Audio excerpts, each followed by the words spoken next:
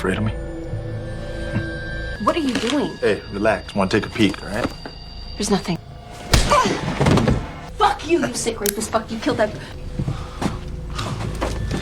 They all say yes. Especially without,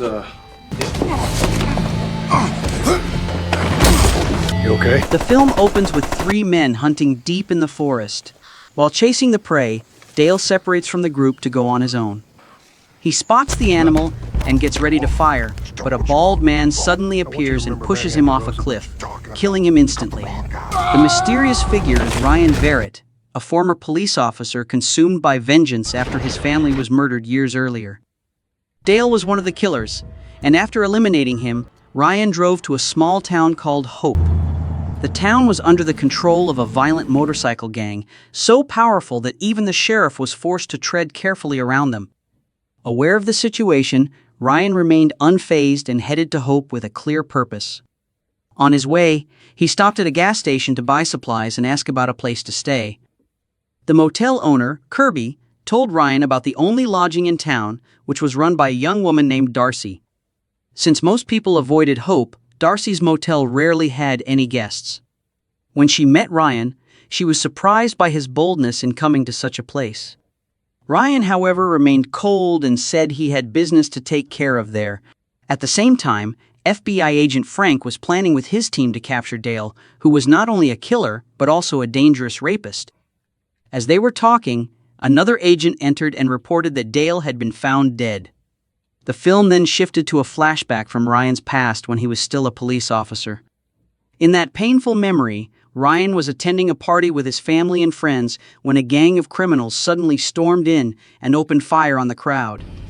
The gunfire was relentless, taking many lives, including Ryan's beloved family. The leader of the criminal gang, Drake Santiago, carried out the massacre out of hatred for the police officers who had once imprisoned him. Driven by vengeance, he chose to kill them along with their families. Ryan, one of his targets, survived the attack despite being shot. Back in the present, Ryan drove through the town and suddenly noticed a group of motorcycles parked in front of a building. A member of the motorcycle gang stepped outside, furious as a nearby dog barked at him non-stop. In his rage, he pulled out a gun, ready to shoot the animal. But before he could fire, Ryan appeared and swiftly stopped him, taking him down with a decisive beating. The noise from the fight drew the attention of the other gang members inside the building, including their leader, Drake Santiago. However, Drake did not recognize Ryan, which was unsurprising since he had killed far too many people in his life to remember every face. Even though Ryan had beaten one of his men, Drake chose to overlook it for the moment, as he had more pressing matters to handle. Still, Ryan's presence made him suspicious, so he ordered his younger brother Rexo to secretly keep an eye on the bald stranger. The next morning, Rexo returned to report that a local club owner had refused to pay protection money. Enraged by the news, Drake decided to challenge the club owner to a one-round boxing match.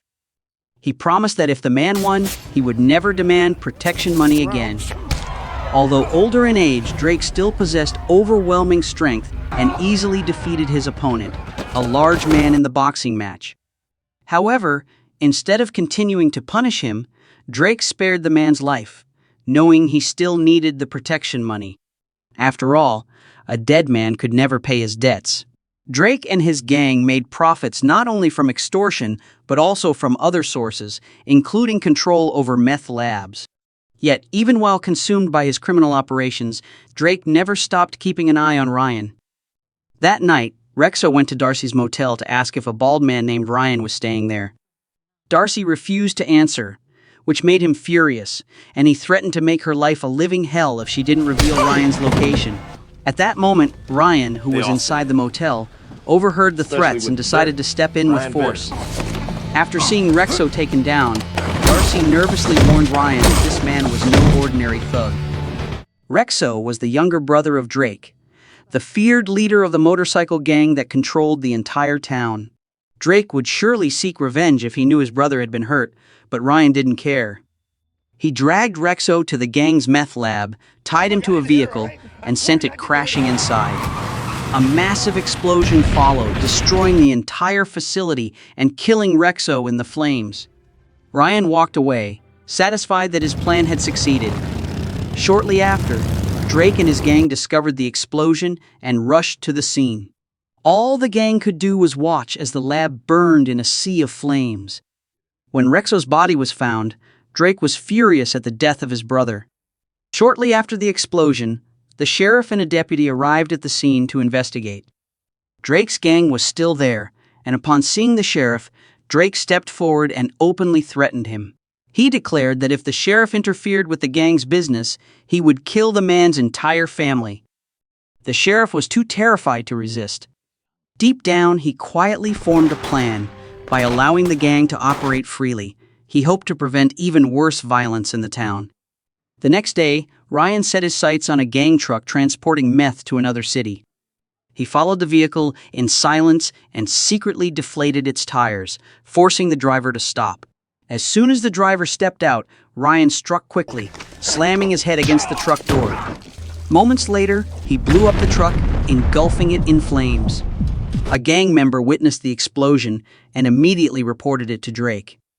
When he learned that the truck had been carrying a large shipment of meth, Drake was furious over the massive loss. Determined to take revenge, he began to suspect that Ryan was behind the attack. To uncover the truth, Drake ordered his men to bring Kirby to the gang's hideout. There, he forced Kirby to investigate Ryan and find out exactly who he really was. If Ryan was involved, Drake would kill him without hesitation. Terrified and with no other choice, Kirby obeyed the order. That same day, he began investigating Ryan. He searched Ryan's car, parked near the motel, hoping to uncover clues about his true identity. While he was looking through it, Ryan suddenly came out of the motel and caught him. Nervous and uneasy, Kirby quickly invited Ryan to his house for a drink, not far from the motel. But Ryan was not easily deceived. At Kirby's house, he immediately demanded to know why Kirby had searched his car. Cornered, Kirby admitted that Drake had ordered him to investigate Ryan. Just then, the sound of a motorcycle stopping outside drew their attention. One of Drake's men, nicknamed Crab, arrived to challenge Ryan. The fight was swift, and even though his opponent was strong, Ryan defeated him with ease. However, he chose not to kill Crab and let him go. At the same time, Drake continued his investigation and spoke with the sheriff. From their conversation, he learned an important truth. Ryan was not a nobody but a former cop who had left the force after his family was murdered. Drake thanked the sheriff for the valuable information and handed him some money.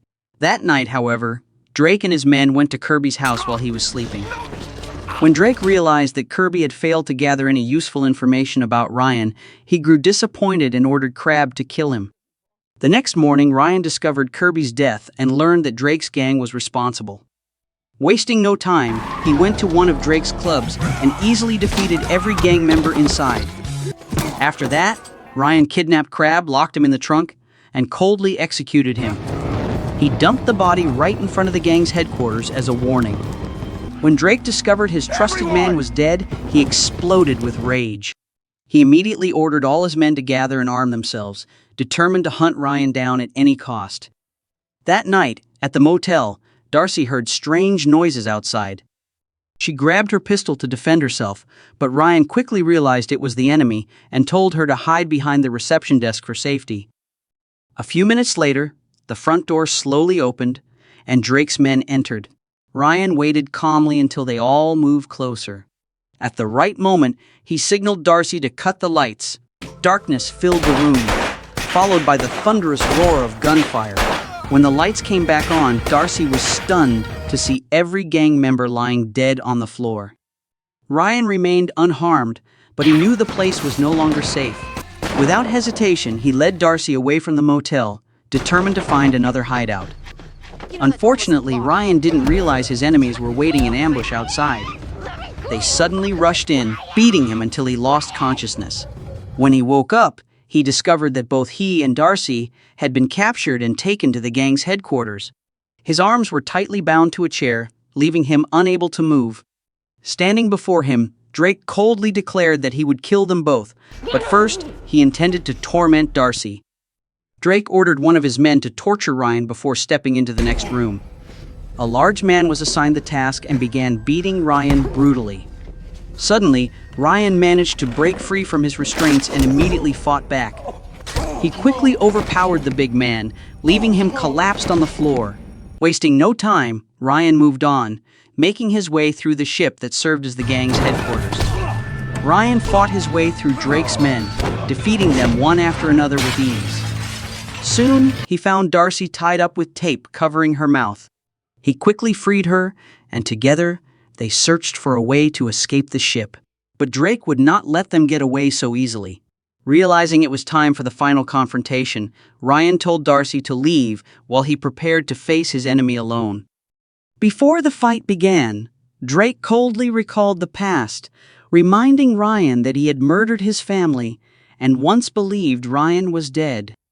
The duel erupted in a brutal battle.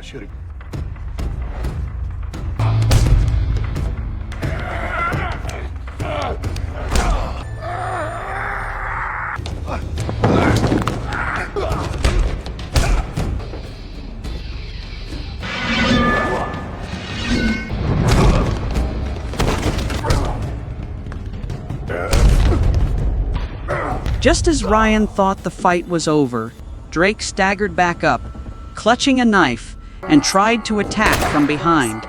Fortunately, FBI agent Frank arrived just in time and shot Drake dead before he could harm Ryan. The FBI hoped this would be an opportunity to end the terror Drake's gang had inflicted on the town's residents. Frank chose not to arrest Ryan, believing that law enforcement still needed people like him. Ryan left the town, promising Frank that they would meet again someday.